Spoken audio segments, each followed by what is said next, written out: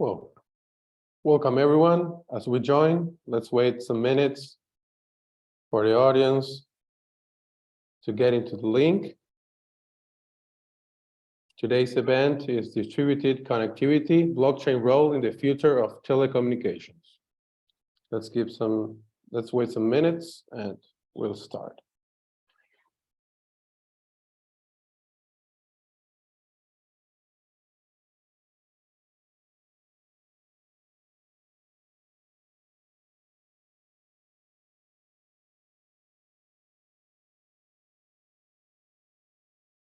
Meanwhile, we can maybe speak about what we're covering today. In the evolving telecommunications industry, businesses are confronted with mounting issues related to data security, network management, customer service, and foregoing trust with consumers and service providers. From enhancing data security to optimizing network management and improving client service providers' relationships, blockchain emerges a powerful and a strategic asset. It also offers increased fortification in security-sensitive customer data, which is vital, considering that a study by NortonLifeLock found that nearly 4 billion records were exposed through data breaches in the first half of 2020 alone. 4 billion records. So blockchain comes to improve these issues and bring solutions. So we're going to start in a bit. Today we have big speakers. I'll start introducing them one by one. And once we're ready, we can go ahead. Let's give one more minute to the audience and we're ready to go.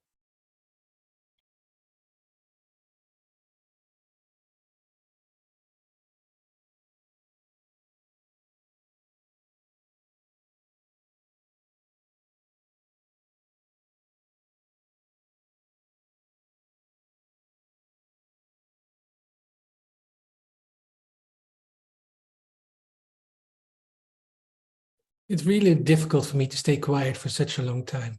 Let's start. I think 2 minutes, it's fair enough. So welcome, gentlemen. How are you today? All good, all good. Very nice. Thank you, Jose. Great. Wonderful to hear. Let's start. Today we will have Alan Bay, founder of Aventus. Welcome, Alan. Can you please tell us a bit yourself and Aventus? Hi, Jose. Yeah, for sure. Hey, everybody. I'm the founder and CEO of Aventus. Not much of a background. Straight from university, I did my master's in artificial intelligence, and then I founded Aventus. We actually started in the event ticketing industry, but after kind of helping some major enterprises in that space and COVID putting an end to that business, we figured that onboarding enterprises to Web3 was where we could really add value from a blockchain perspective. And that's what we've been doing the last few years with, reasonable amount of success. And that's why we're here. Great. And also you're featured on the Forbes 30 under 30 list, right? I am, yes. I've just turned 30 now, so maybe not quite eligible anymore, but I just snuck in there in time. Big accomplishment. Well, afterwards, we have Walter Kopp, former CEO of Energy Web and actual managing director. Welcome, Walter. Thank you. Yeah, so a little bit on my background. I'm the veteran, I think, here on the call. But I'm an electrical engineering by education and has always mainly worked in telecoms industry. First in the Netherlands with KPN, and later on, then I've seen the internet coming and email into businesses.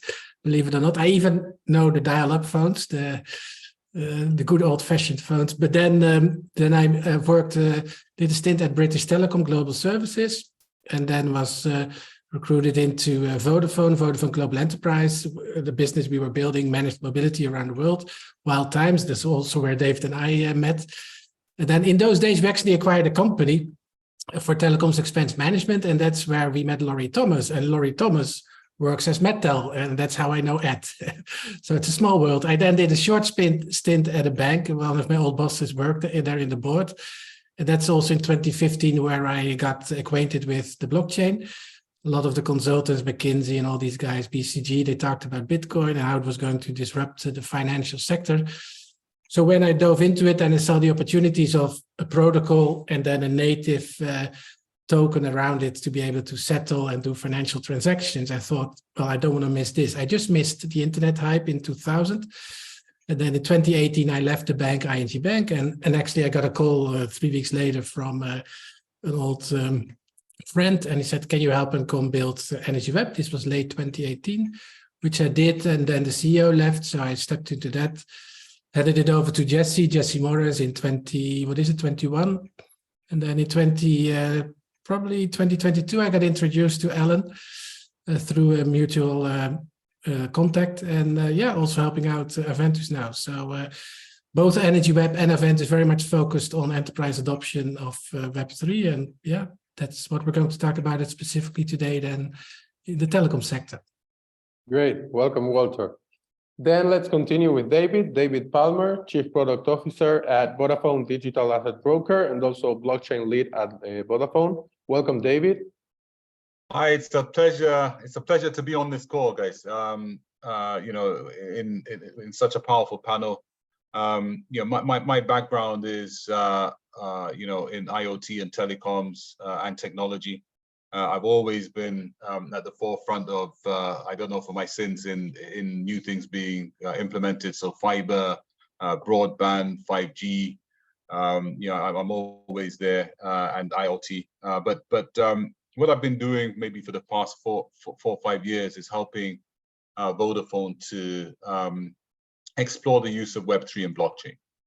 And that has led me to co-found a platform that is owned by Vodafone called the Digital Asset Broker, which is using Web3 and blockchain and basically linking that to IoT for interoperability across IoT devices and for transactions.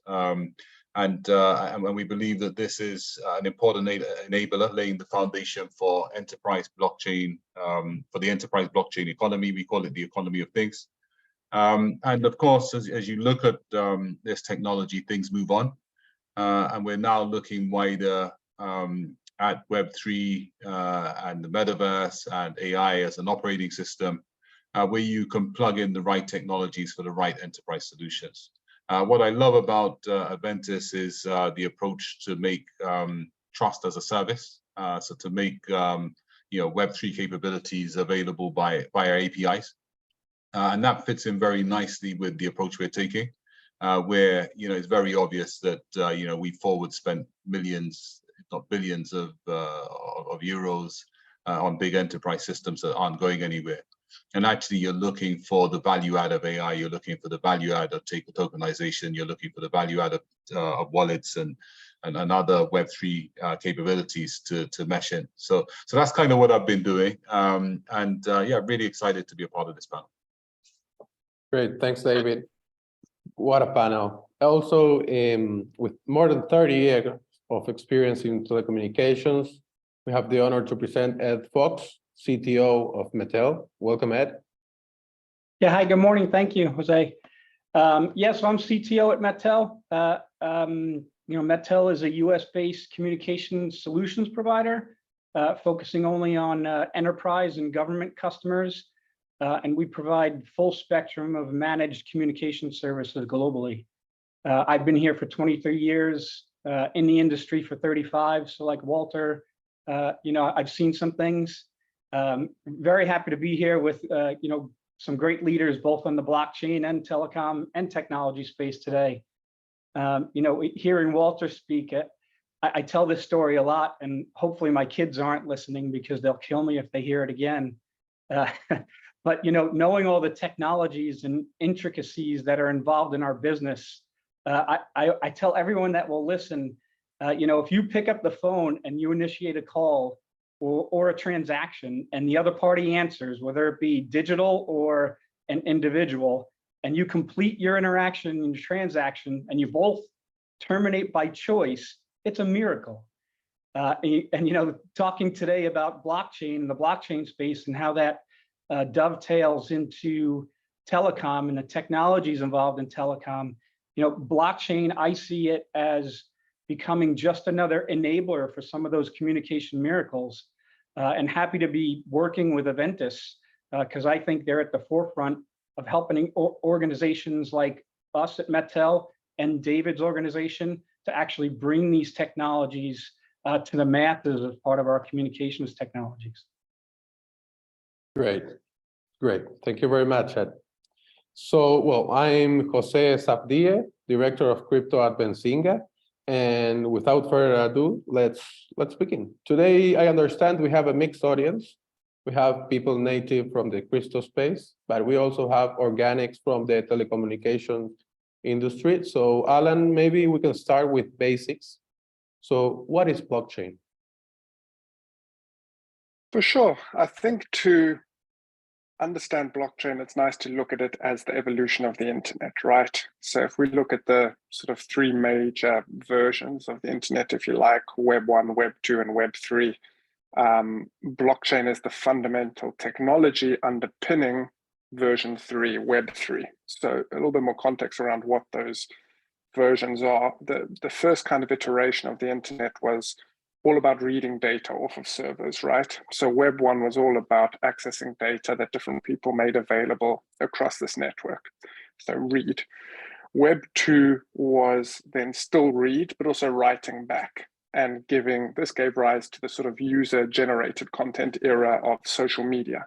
So where users were creating content, you had more dynamic technologies emerge like JavaScript, a more rich kind of environment on the internet.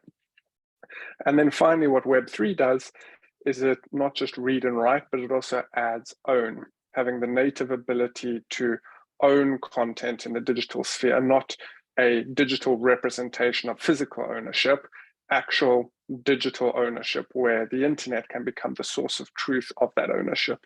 And that is what the blockchain technology has kind of enabled. Now, I think it's important to understand a couple of the properties associated with that technology. So there are properties like immutability, where it's an append-only ledger people often talk about.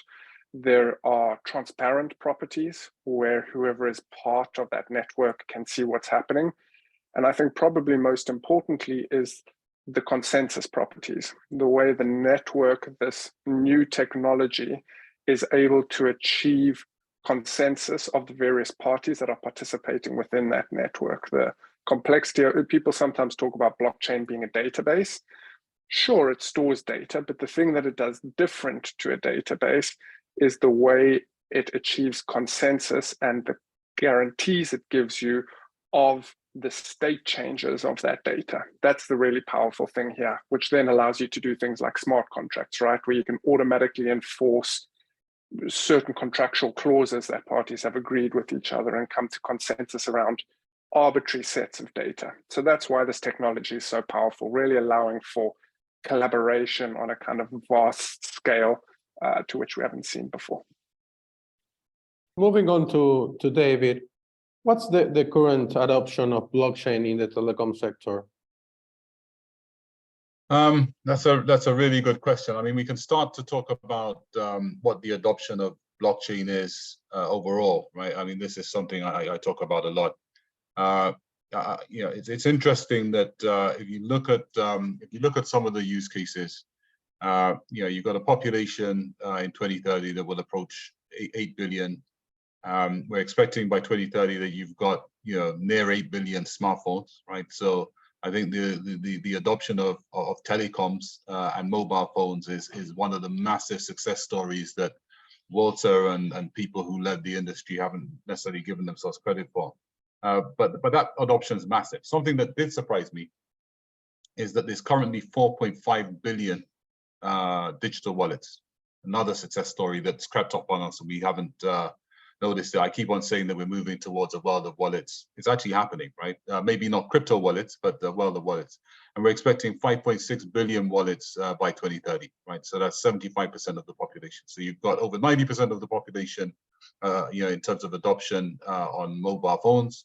You've got 75% adoption in wallets, and the crypto adoption. So these are crypto accounts that have been set up or crypto wallets that have been set up, around 320 million. right? So you can see that crypto, blockchain as a whole, and crypto isn't blockchain, but it's the best indicator we've got of adoption, which are the wallets held, are a fraction of the other things. So the way I see it is that telecoms, with 8 million mobile phones, and we're going to 30 billion IoT devices that are expected by 2030, is actually a key enabler for adoption of blockchain. Now, if you look at it, when I started looking at this maybe 4 or 5 years ago, you do a Google search on telco blockchain because I was looking at the use case, and you probably get 4 or 5 use cases or activities on it. There was virtually nothing. I think if you do it now, there's announcements all over the place, including by Vodafone, where over the years you've had several POCs, you had several trials, but now you're actually seeing implementation. So you'll see that one important implementation has been the use of blockchain for roaming, because blockchain provides trust and programmability. It's actually pretty good as a means of trusting and settlement for roaming, and that is live. You'll see that another one is in carrier services, where you essentially having carriers who are settling with each other. Another good use case, which is live across the industry. If you look at the other ones, there's payments, there's contracts management, there's supply chain, and of course one that I believe in is the digital asset broker use case, which is for IoT and providing trust for IoT devices to be able to interact with each other, and using the programmability of blockchain and peer-to-peer payment capabilities to enable transactions. In terms of where that is now, I think it's still at the very low stage. But when you go into what is blockchain, what do I think blockchain really is, right? This is after years of actually living and getting the stripes like Walter and Alan and Ed. It's actually trust, right? It's infrastructure, right? And there's many technologies in that infrastructure. One part of that infrastructure is obviously the telco connectivity infrastructure. But blockchain is the infrastructure of trust. It's providing a layer where organizations and people can have an immutable system of record, which is the basis for trust. And then that trust can be then turned into automated transactions or interactions through things like smart contracts and the programmability. That is it. It's at the infrastructure level. Now, the more blockchain plays at that infrastructure level, the more you combine blockchain with cloud, the more you combine blockchain with connectivity, and the more you combine blockchain with other forms of infrastructure, the bigger the adoption is going to be. Right? At the moment, the problem with Web3, and some of the Web3 blockchain natives on here may be unhappy with that, but part of the problem is that we've expected everybody to come to the protocol. We're obsessed with technology, obsessed with protocols, obsessed with consensus algorithms. But actually, people aren't interested in that. And what they're, where this is going to happen is not people coming to the protocol and the user interface. It's actually, as Walter said, how well you can mesh blockchain into established solutions and infrastructure. So it's a long way of answering, but yeah, that's the answer I'm going to give, unfortunately. Great answer. It's very good. Just to add to that, Jose, sorry for interrupting, but it's very important because a lot of people, particularly on the Web3 side or the blockchain side, they basically build and then they expect the market to come to the protocol. But if you're in enterprise, so like Ed or David, when I was at Vodafone, they invested around 18 billion a year in equipment. It's not that because there's a blockchain that Vodafone or any enterprise is going to say, Mattel, whoever, now you can no longer trust us because there's a blockchain. It's just nonsense. So these are well-established brands that have a lot of confidence, that put a lot of money into customer loyalty, sometimes successful, sometimes less successful. So when it comes to enterprises and also telecom and blockchain, it's how you weave in these new capabilities into existing business processes, either to make it more effective or to make it more efficient. That's it.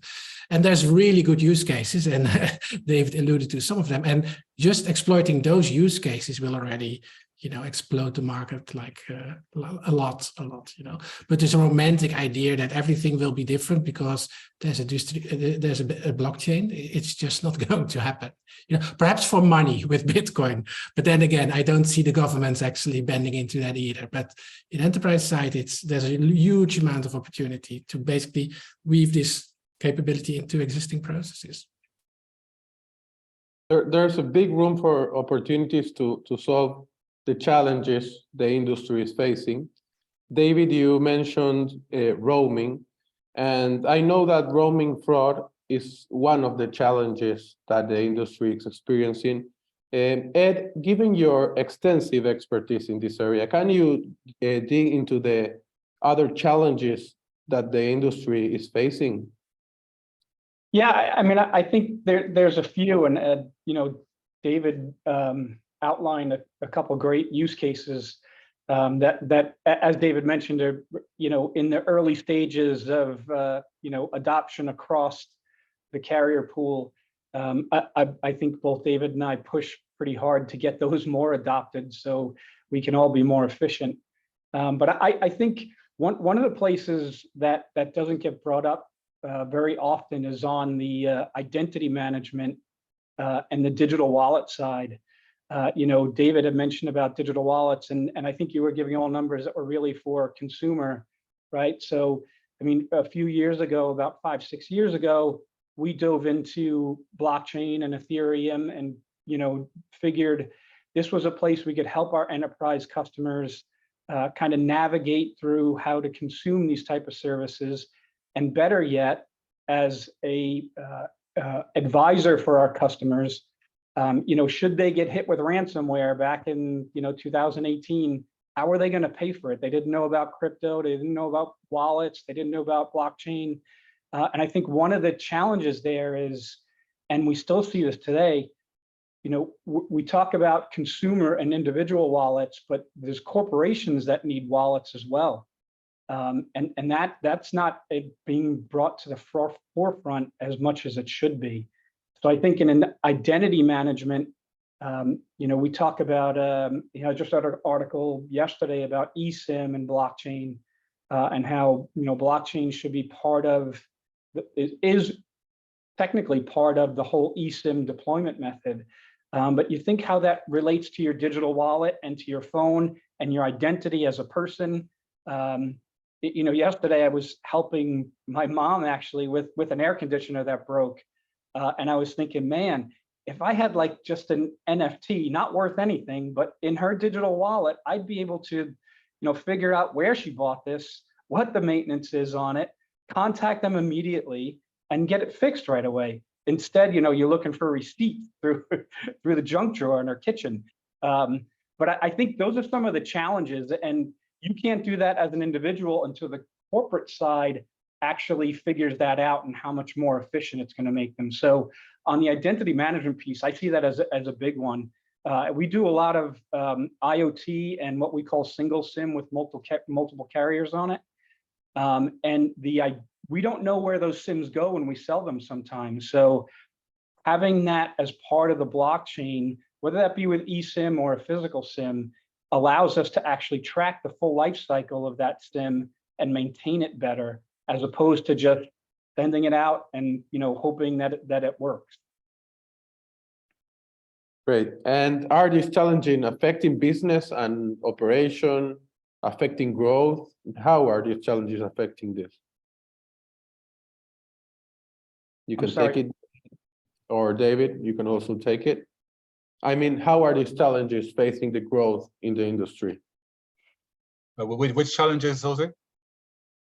If we're speaking about roaming fraud, also, yes, the challenges that Ed mentioned and other challenges that you think the industry is experiencing.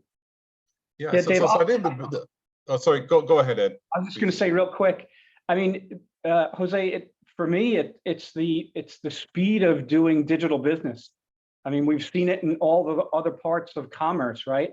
If you can digitize some of these interactions, and I'm sure David has a lot of examples, to share. But if you can digitize those interactions between carriers and consumers, and I think in the future, I think today, hopefully we'll bring up the 5G slicing piece.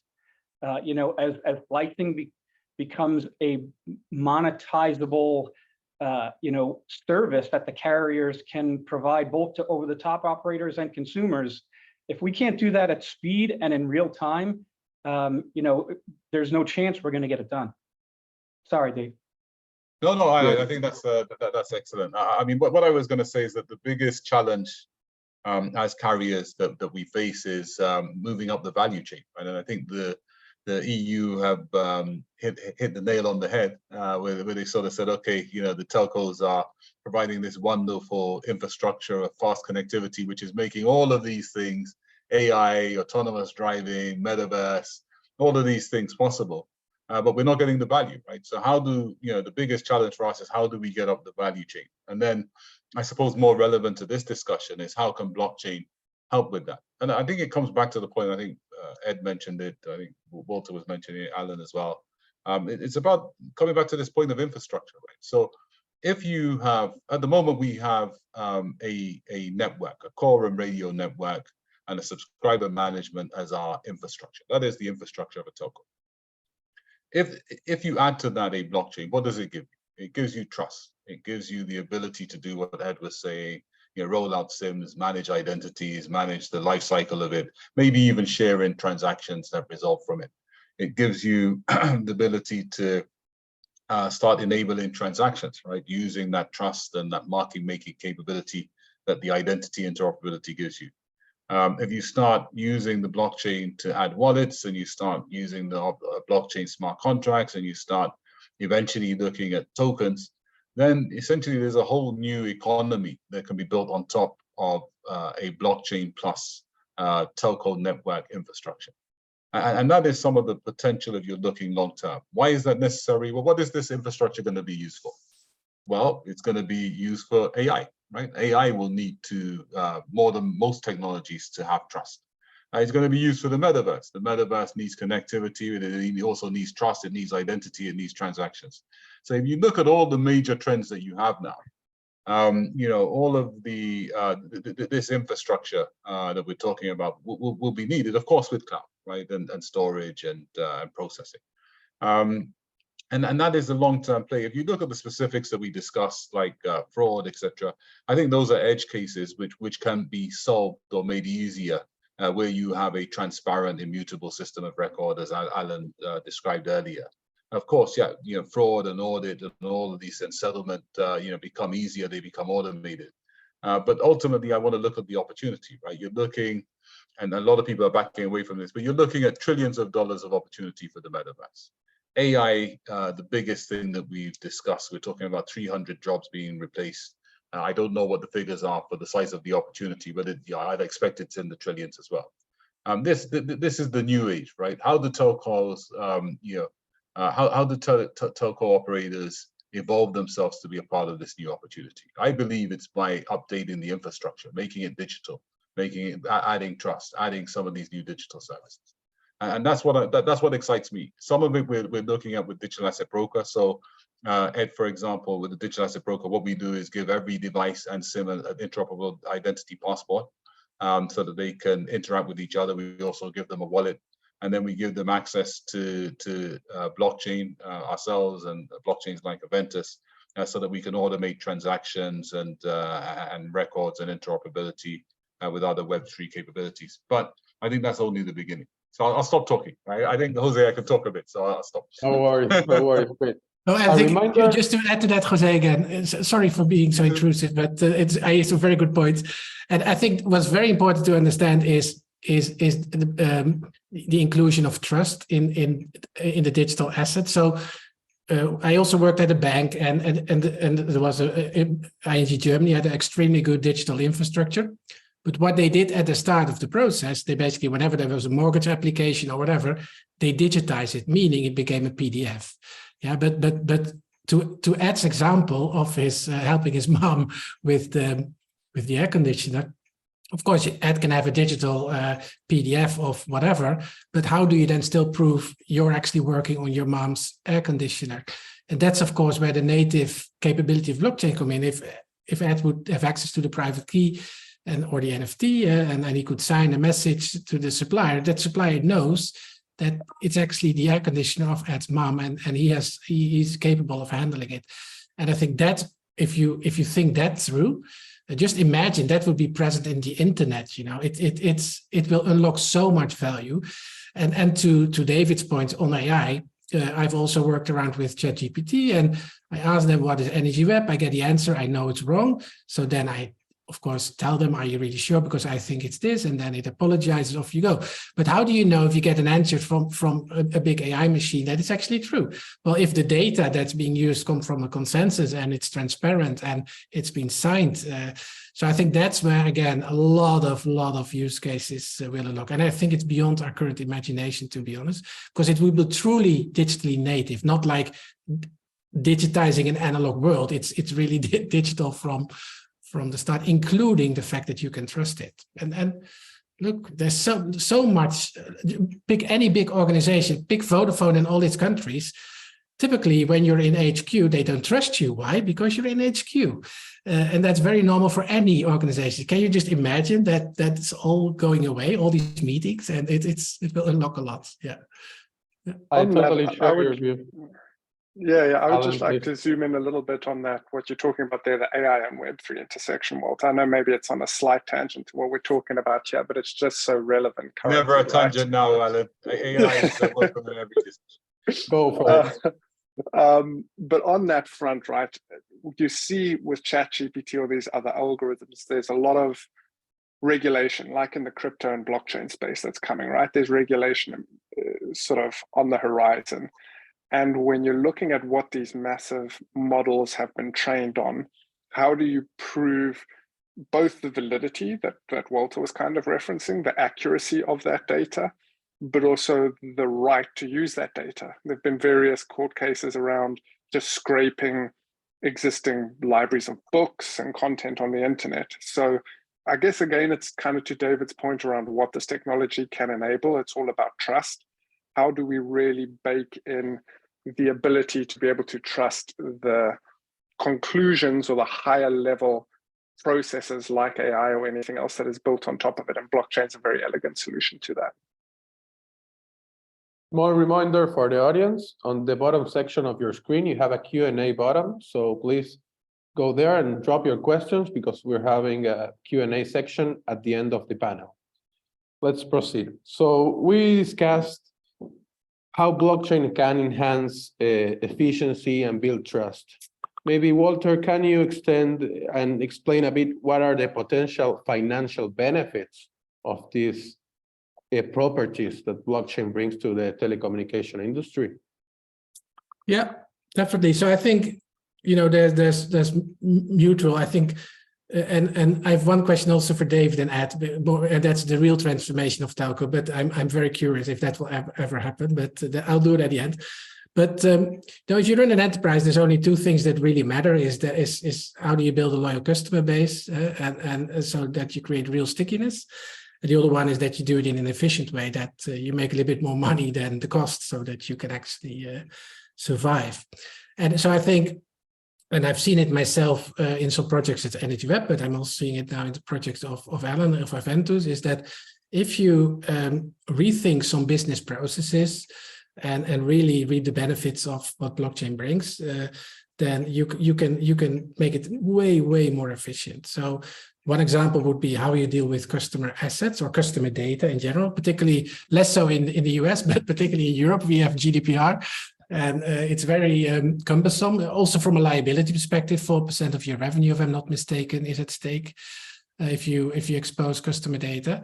So if you would just go for a very different model where the customer owns his own data and it allows you the right to use it, and then you use it and give benefits back to the customer, then of course that already brings an enormous amount of efficiency, because maintaining, we all know it, anybody who's worked in telecom knows, if you want to upgrade your infrastructure, the business cases always look great, but when you actually start doing the work, nobody knows where the assets are, so you have to do a whole inventory scan and all that stuff. And just imagine there's customer assets involved. So if the customer basically acknowledges, yeah, this device is mine, it's here, this is the iOS, you're allowed to use it, but you don't have to own it, or you have a liability if it leaks, because it cannot leak, it's digitally signed and all that stuff.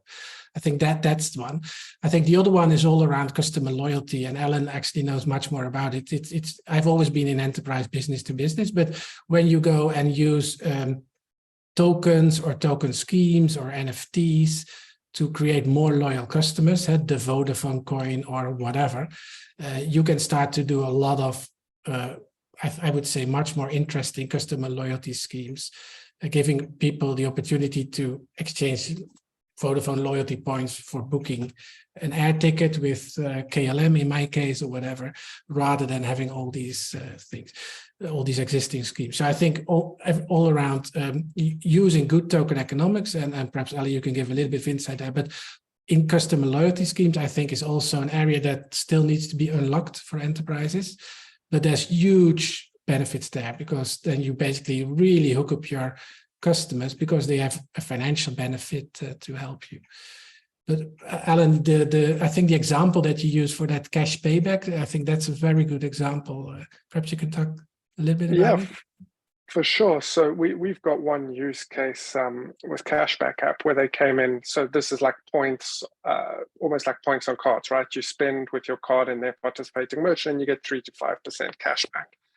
And if you restructure what that loyalty point looks like through tokenization, you can really make the scheme much more efficient. So not only on the customer side, so the individual user is now able to immediately spend their points, right? There's a benefit of microtransactions with blockchain because the technology is efficient. So they can immediately spend their points again in all the participating merchants. And this is kind of plugged into all of the big payment terminals. So they can just be like, pay with fiat or pay with my points. So that's the smaller benefit, but the greater benefit is actually to the participating merchants, the businesses that issue these points. And we were able to reduce the balance sheet debt that these points represent by 80% by applying this technology, and increase the net margins by almost 25% of the operator of the scheme. And all of that is by restructuring how you think about a loyalty point, not holding one point as one sense of debt on your balance sheet, but looking at it as a discount voucher, which is obviously very efficient from a tax perspective to move around. It's negative value that's moving around, and it is collateralized against the stock and inventory of all of the merchants that are participating in this closed payments economy. So a lot of very cool ways and efficiency that you can kind of add through these loyalty points. Okay, and the last one I want to say, so it's making your process more efficient and more on the loyalty side of things, and really engage your customers. The last one I think is all around, getting a little bit more robust around cybersecurity. I think it's quite obvious. If you can give an asset an identity and let that asset check or validate or sign certain things themselves. For example, check on the blockchain, okay, I'm receiving an update from my operating system. Can I trust it? You go to a blockchain, you see the hash, yes, I can trust it, you update yourself, etc. So rather than having these honeypots of administrative terminals that get hacked and do all kind of bad things to networks, you basically give the device the capability under your own governance and under your own security rules. Yeah. But the question I have for David and Ed is, so because ultimately, if you think through, of course, digital identities, why would you still have a mobile phone number with a Vodafone or with customers of Metal? So can you actually see a world, perhaps start with David, where you would also accept calls on your network that are not from a Vodafone customer, in the sense of traditional customer with a contract with Vodafone, but you start to trust the identity and you will be paid. Of course, you already do it with roaming, but more so that perhaps even at a service level that normally I'm a Vodafone customer, but there's a little bit of a congestion, or I'm let's say a T-Mobile customer, but there's a little bit of congestion. Vodafone says, hey, come to my network, I'll give you that download of that movie for this price, off you go. And don't even bother that it's not a Vodafone contracted customer. Is that something that's in the future, or Yeah, is I it mean, something- I think there's various strategies, and I think people like Scott Petty and others will set those out. I mean, my view on it is that and what is understood is that like most organizations now, Vodafone and other telcos are becoming techcos, right? So there's telco to techco. Everybody's becoming a technology company. Everybody's becoming a platform organization, or they're building platform business models into there. When you look at those two things, technology company and platform, then obviously what comes is interoperability as well. And if you think of that model, I think there's two sides to look at it. One of them, as you mentioned earlier, Walter, is about self-sovereignty. Right? If we're moving towards self-sovereign models, and those are Web3 based, as far as I see it, then blockchain provides the trust to provide, and you have issued credentials, and you have identity wallets like eIDAS 2.0 that's being outlined by the European Union. And essentially people own their identity, and part of their identity is their phone number, right? In fact, it's a big part of the identity. When you look across, you can now use your phone number to sign into Google, WhatsApp, other apps, right? It's becoming the immutable, interoperable identity. Now, in the future, do I see a future where people can own their phone number? That's already happening now with mobile number portability, but in a more robust way, so the phone number becomes identity attribute as part of their identity wallet. Yeah. And if so, do I see a future where individuals in a self-sovereign model can start to associate different types of carrier and connectivity to that phone number identity attribute? Yeah, that's absolutely possible. Now that's on the person side. On the operator side, then as you're saying, you need to be able to trust that. But then does the phone number become a verifiable credential, which we can verify on the subscriber network to allow people onto the network if we compare that credential with the ability to prepay or postpay? Absolutely, right? So that type of model I see coming. But then the network becomes more of a utility, right? More of a utility. And so there's a lot of things that need to happen. But yeah, in theory, that could be something that comes from Web3, blockchain, and the evolution of telecoms to telco and platform. Thanks. And Ed, is that also discussion in the US at all? I think we're a little bit behind that. But I agree with Dave. I mean, it's a massive undertaking on the carrier side for sure. But if you look at the industry, I mean, we're moving to we like to call it internally as everything as a service. And what you're describing, Walter, is it's access as a service. And I do think we're going that direction for sure. If I had a crystal ball, I could tell you when, but on the carrier side, it's going to take us a long time to get there. It's just like, I think in the telco industry, prior to TechCo, we're allergic to some of the changes that we have passed us by. For example, just to take video today, how we all used to pay one cable subscriber or one entity for all our channels and all our content, and now we're paying I know I'm paying 20 times as much for every single subscription I can. So I think on the telco side, we're learning. We're not the early adopters in that space. Think about it in the cloud too. I mean, AWS, that's as a service, and they get much more than if us telcos sell them service and a server. So, and we manage it. So I think we're learning, and I think that's the same type of economic model that you're describing. Letting individuals who you trust their identity and trust that you'll get paid for that service. I think we're moving that way. Probably 5-10 years maybe. It depends how fast it goes and how much of a black eye crypto gives us on the blockchain side. Thanks. Well, Ed just mentioned service, right? In order to be competitive, you must provide better service, better quality, or lower prices. So in addition to the potential financial benefits blockchain can bring to the telecom industry, which aspects can help the telecom industry have a competitive edge in terms of improving the service, in addition to the financial benefits? Maybe I'll take this one. Again, it goes back to, I'll keep repeating the points, but it goes back to this whole point of infrastructure, right? So you have a connectivity infrastructure, you add blockchain, you add trust, trust to that infrastructure. You have two components which will be essentially part of an enterprise operating system that will allow AI to be more used, more widespread in enterprise applications and metaverse type technologies. Now, we just focus on AI. Obviously, obviously, the key to efficiency going forward is going to be how you can use data that is generated in the course of the telco business model and user journeys to do things like predictive maintenance,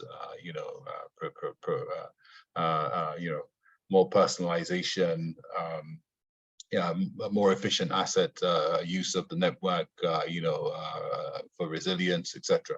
Now that is obviously the key going forwards to network efficiency. And the question is, do you need blockchain in order to do that and maybe share information across carriers? Is it in everybody's interest? So are we going to have, is AI in this context going to be a point of competition across carriers, or is it going to be part of the utility where we want the infrastructure to improve across all? I don't have the answer for that, but I think what is very clear is that blockchain connectivity provides key parts of the enterprise operating system to bring AI in, and that AI will be the key to achieving the quality and the service level improvements beyond what it is. I would say let's Please. look at how telco industry using Web3 technology can kind of create these efficiencies across other sectors as well, right? And other use cases, because I know we've got all of us have a bunch of interesting ones we can talk about here on this call, from electric vehicles that David's already doing, from the energy use cases, from the stuff we've been exploring as well, Ed, or even the stuff you did before. But one that I would mention here today, just because it's topical and everybody will see this in the press in the next couple of days, is to aviation supply chain. Because if you look at the combination of IoT devices with a SIM card that you put in there that enables the device management, like David was talking about before, both in terms of the identity management and the credentials associated with that device, and then using the blockchain as the audit trail, the backbone of interoperability between the various systems. What we've been able to already prove in market today is when you're looking at cargo moving around the world, I'm sure everybody's experienced the problem of losing a bag when they fly somewhere, right? It's a real pain in the ass. And there's maybe 5 to 10% of the cargo pods that move around the world that go missing at any point in time. So we've proven an 80% reduction in man hours on handling these cargo pods and a 7% reduction in net operational expenditure for the airlines. So this is potentially a $1.25 billion cost saving that just unifying what we've done with the digital asset broker platform and using the sort of telco infrastructure has been able to save that with the combination of blockchain. So I know maybe it's worth talking about some of our other use cases as well, but this really demonstrates how powerful this technology can be in real use cases, and most importantly, compliant use cases, right? The SEC doesn't care about us using this technology as a better way to track cargo. This has nothing to do with the controversial use case of crypto. We can roll this out globally, and there's not a regulator in the world that's going to care about this use case. I agree. I think it probably is as simple as if the telcos can evolve to not just transporting the data, but actually saying, and you can trust this data, whatever the data is, if it's whether it's used for AI, whatever, that would be a huge step up, I would say, in a lot of businesses, because a lot of it is actually about checking and validating. And if that becomes a service, like David said in the beginning, trust as a service, and then as two specific use cases, I think that's enormous, to be honest. Yeah. Absolutely. And just to add on that, Alan, I know we've got an announcement coming out, for can I name the company or the airport?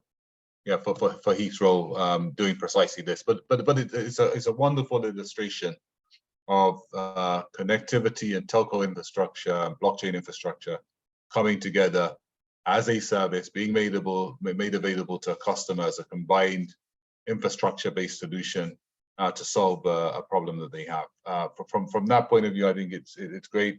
I love the way that Adventis is making it accessible to the customer in this case, by making it API-based, so that you can start to really look at the business process and bring this in where it adds value in that process, rather than having to take a whole solution. But we're really excited about it. We think that supply chain, is an excellent use case for blockchain, IoT, and telco infrastructure. And we see a lot of potential for this. So I just thought I'd add that, so that that it's clear that we're really excited.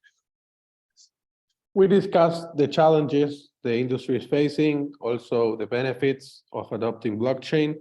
I would like to dig a bit about the risks and how we can mitigate these risks. Maybe Ed, you can talk about a bit, which are the risks associated with adopting blockchain, both for the industry, the companies, and for the users? Yeah, I think there's a few. I mean, one of them that comes to mind is the ROI. I mean, the example that Alan and David just gave is a no-brainer and easy to figure out the ROI in that case. But I think a lot of more benign use cases beg a very complex and lengthy ROI. So I think that's one risk. Alan mentioned before, database versus blockchain. And I think, you have that conversation with customers quite a bit. As they were talking, I was thinking about a use case from many years ago that we were involved in. That was the escalator companies in malls, back when everyone went to malls. They used to track how many users were on their escalators per day and report that back. And that data was worth a lot until the point where it got competitive and no one could believe the data from any of those escalator companies. So in this case, if that was, IoT in today's world, that's a great blockchain use case, because now that could be, immutable and truthful, and no one could change the database.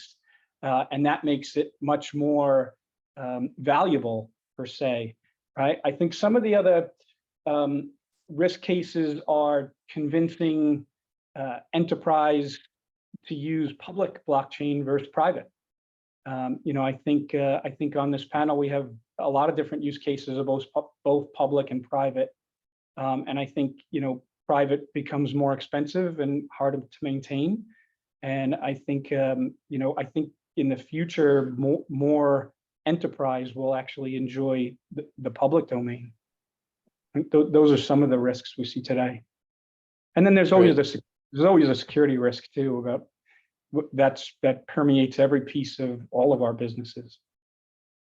Sure, that's true. Moving on to Walter. Walter, how do you think we can mitigate this risk mentioned? And also, if you consider there are other risks, you can also add them. I think the best way of mitigating risk is just to deal with it when they manifest themselves, because otherwise, I have a saying: it's better to act yourself into new ways of working than basically than read about it and never do it.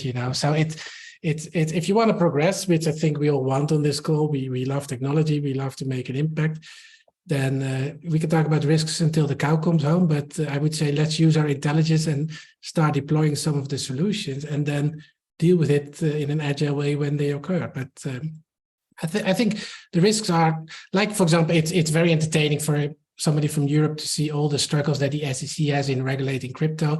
But it's becoming a political party, you know. It's from where I'm sitting, total nonsense. I'm enjoying it. There's on Twitter or on X, they now say fire Gensler and whatnot more. And of course, yeah, so what, you know? And just come with a rule, apply the rule, and then a year later, if it doesn't do what you want, change the rule, you know? And you don't even have to invent it. There's I would say, pretty good regulations, Mika, now in Europe. I even see Japan is coming Web3 regulation. You know, let's just do it and see what works best and then adapt, you know. But so I think risks are often used as an excuse not to start with something, and that we should just walk away from, you know. Just get on with it and enjoy it or hate it, and then sorry, we were wrong, and then do it the other way. I think that's engineers work. Yeah. I love the attitude. Bring them on. Let's just execute. Yeah, Totally. Before moving to the Q&A, again, a reminder for the audience, you can drop your questions on the bottom section of your screen. I would like to give you guys the opportunity to make any final remarks that it's now time. So then we're going to move to the questions. Yeah, well, let me start. It was great. It's really good to talk with all the people on the call, to be honest, because it's really grounded in reality. It's just not some fancy view forward. And I think, but for the audience, it's very important to realize that the people that are on the call are enthusiastic about it. So a lot of the legwork still has to be done, I would say, in convincing the broader system that we need to move into this direction. But I'm very hopeful also seeing what Mettel is doing and what Vodafone is now doing under your leadership, David. I think because for me, Web3 or crypto, or however we want to call it, can only become really big if enterprises really start to adopt to it and embed it in how they work. Otherwise, it stays something at the edge. But that's not, I think, my ambition at least. So the more we can get real enterprises adopting it and bringing it to their customers, yeah, the faster we will go and the bigger it will get. Great. I see we have a question for David. But well, before we get into the questions, please Ed, Walter, Alan, David, if you want to make final remarks. Well, Walter, you just I'll probably just go really quickly. I think what is happening, I mean, sometimes you've got to take a step back and look at this magical time we're in, where you've got 8 billion mobile phones, over 4 billion wallets. We're able to do things from a technology point of view we couldn't dream of before. And I think that the landscape of enterprise and business is changing, and we have more enablers. There's more things in the mix now. I think blockchain will be, part of that mix, but not alone. I think what we learn now is that Web3 and blockchain won't exist by itself. Its success and its adoption will be, to an extent, as Alan's saying, linked to how well it can work with existing technologies or new emerging technologies. And I think that's something we're learning. That's part of the journey we're going through. But I also think that discussions like this, which is 2 big ticket items, blockchain and Web3 coming together, is a first step towards that convergence. Yeah, I would agree. I mean, real quick, that the coming of Web3 and the ubiquitousness of blockchain involved in that is forcing us telcos to make sure that we don't get left behind like we kind of did in Web 2. And I think that this gives us the ability to do that, and the speed and the rate at which every technology is changing today, and how expected outcomes are changing so fast. I think we all have to have these technologies in our back pockets, and we're figuring them out now. In 3 or 4 years, we won't be talking about them. They'll be enabling different business outcomes, that we're selling as opposed to selling blockchains. And just to finish off on the last point, I think just to motivate the opportunity, right? David spoke a lot about the kind of statistics of adoption by 2030.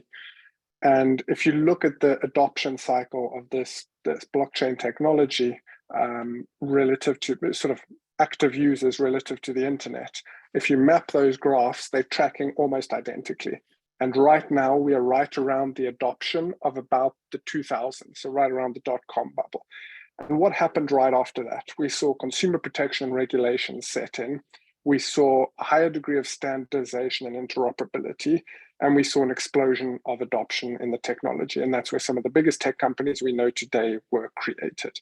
And that's where we're at for the blockchain industry now. And Telco is uniquely positioned to be able to capitalize on this and help that acceleration of the adoption cycle. So I'm very excited to see what happens in the next few years, and hopefully we can be a part of that transformation. Great. Thanks, Alan. We have two questions, one for Ed. Any insights on Mattel's transition from POTS lines to digital voice service in line with Web3? Yeah, so I think that question is centered around one of our hottest growing products today is our ability to digitize old phone lines. POT stands for plain old telephone service. Believe it or not, we still have a lot of very big customers that still buy them. And I don't know if you guys know this, but their price is going through the roof as all the regulated companies want to get rid of them because they're too expensive to maintain. So we've invested in an outside company that manufactures devices that help us digitize those lines and provide them as a managed service. And it is specifically made to handle proprietary codes such as you see in burglar alarms and fire alarms and fax machines and elevator lines. So those type of things that we just can't get rid of today for safety reasons. So we've been successful in rolling that out to our customers actually globally. From a Web3 perspective, I'm struggling for a Web3 connection there, but on the blockchain for sure. This is one of the devices that we've talked about, supply chain and lifecycle management, and I will say NFT light quote. In our own inventory database, just to make sure that we're tracking where chips come from. In the case that we had a bad chip and we sent out a bunch of devices that are in the field, and we want to make sure we know exactly where they are and which chips are where, and we can make that decision very quickly. I think it's analogous to Walmart's blockchain use for bad lettuce. What used to take them a month to find where tainted lettuce came from, it takes them. So I think that's one of the places that we're delving into on our POTS transformation products. Great, thanks, Ed. I think we're on time, but we can squeeze one more question if you gentlemen can have 2 minutes. We have one for David. This one comes with an affirmation, so David, you can agree or deny. And says, knowing that Vodafone sees itself in the near future as a tech shop for everyone, Corp included, what is the most important activity today that takes into account the future of the current young generation? I can read it again if you need. What is the most important activity today that takes into account the future of the current young generation? Yeah, I think that's we call it Gen Z, right? So Gen Z. Well, I think the mobile phone has, super fast, low latency connectivity has been a key part of the for the young generation. I mean, most Gen Zs, their phone is their point of interaction with the world. I think going forwards, if you look at how that will transcend, I think of course connectivity and making sure that gets faster and more robust, is something that will be the key part of the infrastructure of the future, right? I think putting blockchain with that is important, but that's more foundational. because essentially, as we look at it, what could replace the mobile phone or enhance the mobile phone beyond where we are now? Well, the metaverse, right? You could argue that the metaverse will become the new operating system and new interaction point for Gen Zs to interact with content, as we saw with Apple's new Apple Pro announcement. You've got the sort of metaverse, the virtual space, and that is where they'll start to increasingly interact with content. So the ability to support that, the ability to have more personalization. I think apps have been very convenient, but I think Gen Zs are looking for, I won't say spoon feeding, but they want a bigger degree of personalization. They want to be able to digest and get use out of more data. So I think, again, the ability of telcos, their infrastructure, to bring AI with connectivity, with trust, with metaverse immersiveness to Gen Z is probably a good mix of things that will be important to them going forward. Interestingly, as Alan said, these things will also be important to business. So I'll end it. Yeah, and we're getting back to the intro of the conversation, where Alan told us about Web 1, Web 2, and Web 3. And now more than ever, it's important to provide a good upload, not only download, right, and symmetric communications. So thank you very much, gentlemen, for joining today. Ed Fox, Walter Koch, Alan Bay, David Palmer. Thank you very much. This was Distributed Connectivity, Blockchain Role in the Telecommunication, in the Future of Telecommunication. This is Jose Safdie, and it was a pleasure speaking with you. Thank you, Jose. Thank you, guys. Thank you. Thanks, everyone. Bye-bye. Have a good one. Bye-bye. Bye-bye.